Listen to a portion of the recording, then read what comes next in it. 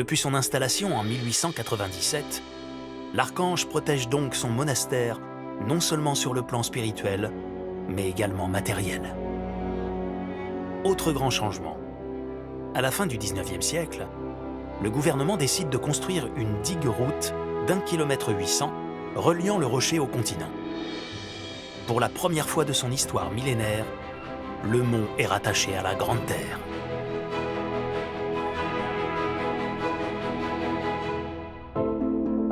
Conséquence de ces transformations, les touristes sont toujours plus nombreux à venir admirer le mont. Pour répondre aux besoins croissants des visiteurs, une quinzaine d'hectares aux abords du rocher sont transformés en un immense parking. En apparence, tout semble aller pour le mieux. Les touristes sont comblés et les commerçants prospèrent. Pourtant, des critiques se font entendre contre ces aménagements successifs depuis très longtemps, dès la fin du 19e siècle. L'environnement naturel du mont est au cœur de leurs préoccupations. 2 fois par jour, la baie est battue par les flots. La différence entre la marée la plus basse et la marée la plus haute, on peut avoir 15 mètres de hauteur d'eau, ce qui en fait donc les plus grandes marées d'Europe et les 5e plus grandes marées du monde. Mais phénomène peu visible, les millions de mètres cubes d'eau de chaque marée montante apportent avec elles des sédiments que la marée descendante ne ramène que partiellement. C'est environ 60 000 mètres cubes de sédiments qui vont être apportés à chaque marée. En gros, sur une année, on a entre 300 à 400 000, voire 1 million et demi de sédiments qui vont se déposer dans la baie du Mont-Saint-Michel. Donc le phénomène d'ensablement, on l'observe depuis très longtemps, mais les actions humaines ont véritablement augmenté l'ensablement au pied du Mont-Saint-Michel. C'est-à-dire que si l'homme n'avait pas agi dans cette baie du Mont-Saint-Michel, elle n'aurait absolument pas cette allure.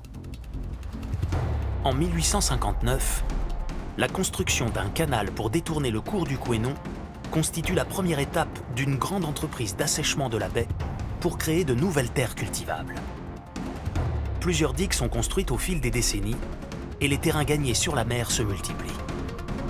Sauf que ces transformations bloquent par la même occasion le travail d'érosion naturelle de la baie. Parmi les autres aménagements montrés du doigt, on trouve aussi en bonne place la fameuse digue-route qui empêche la circulation des flots. Les experts sont sans appel. Le niveau de la grève augmente de 3 cm par an, un rythme alarmant. Si le phénomène continue à cette vitesse, le Mont-Saint-Michel pourrait appartenir à la terre ferme dès 2045 et perdre complètement son insularité. Pour éviter d'en arriver là, la digue de La Roche-Taurin est notamment détruite en 1984. Mais les études et travaux dits de rétablissement du caractère maritime ne commencent réellement qu'en 1995 et vont s'étaler sur 20 ans. La construction des nouveaux aménagements vont vraiment s'appuyer sur un fleuve, le Couesnon, pour essayer d'effacer un petit peu les erreurs qu'on a faites par le passé. Ça, plus la construction des ouvrages qui a lieu dans la baie du Mont-Saint-Michel où on observe les plus grandes marées d'Europe, en font que ça a été des travaux relativement compliqués à mettre en place. C'est pour ça qu'on parle souvent de projets hors normes. Parmi les étapes phares, la réalisation d'un nouveau barrage sur le Couesnon, clé de voûte du projet. L'ouvrage constitué de 8 vannes de 9 mètres de hauteur et de 20 tonnes chacune joue le rôle de vidangeur. 1h30 avant la pleine mer, les vannes se ferment pour que les sédiments se déposent en aval du barrage. 10 minutes avant la pleine mer ou plus tard, les vannes s'ouvrent et la marée remplit le Couesnon. Puis, peu de temps avant la marée descendante, les vannes se ferment à nouveau et stockent côté fleuve un volume d'eau allant de 70 000 à 1 700 000 mètres cubes. Enfin, 6 heures après le début des opérations, soit quasiment à marée basse, les vannes sont progressivement ouvertes. L'objectif est de créer un lâcher d'eau progressif d'un débit maximum de 100 mètres cubes par seconde, soit 10 fois le débit naturel moyen du Couesnon, à la manière d'une gigantesque chasse d'eau, entraînant avec elle le sable vers le large, loin du mont.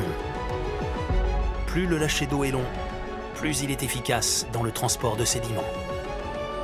Et c'est vraiment ce lâcher d'eau avec un certain courant qui va arracher le sable qui s'est accumulé au pied du mont et donc qui va permettre d'observer les érosions de chaque côté du mont.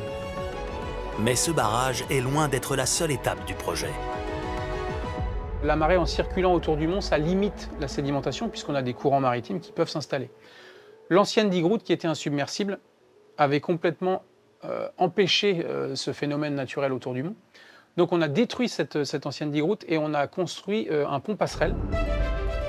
C'est le projet d'un architecte autrichien qui est choisi. Une passerelle de 760 mètres de long avec des piles extrêmement fines au milieu desquelles la mer peut à nouveau circuler.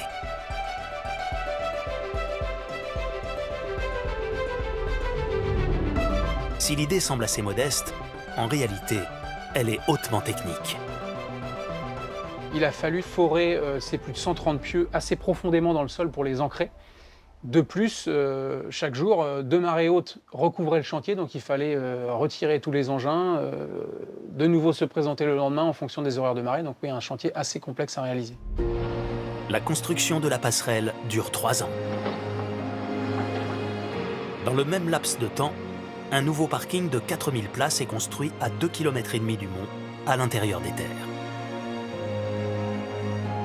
Le temps est enfin venu de détruire la digue-route pour détacher le Mont-Saint-Michel du continent. Après 10 ans, les travaux sont officiellement terminés en 2015. Coût total, 186 millions d'euros. La passerelle et le barrage sont désormais parfaitement intégrés dans le paysage. Et mieux encore, l'ensemble de ce chantier exceptionnel semble porter ses fruits. Depuis la mise en service du barrage en 2009, donc en 15 ans à peu près, on a gagné un peu plus de 100 hectares de fonds à caractère maritime.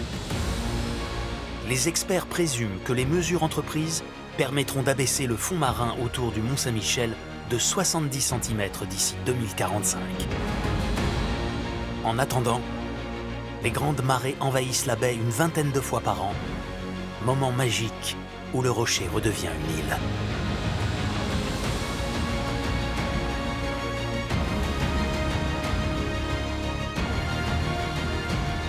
Pour la première fois depuis plus de 150 ans, le Mont Saint-Michel a retrouvé sa place au milieu des éléments.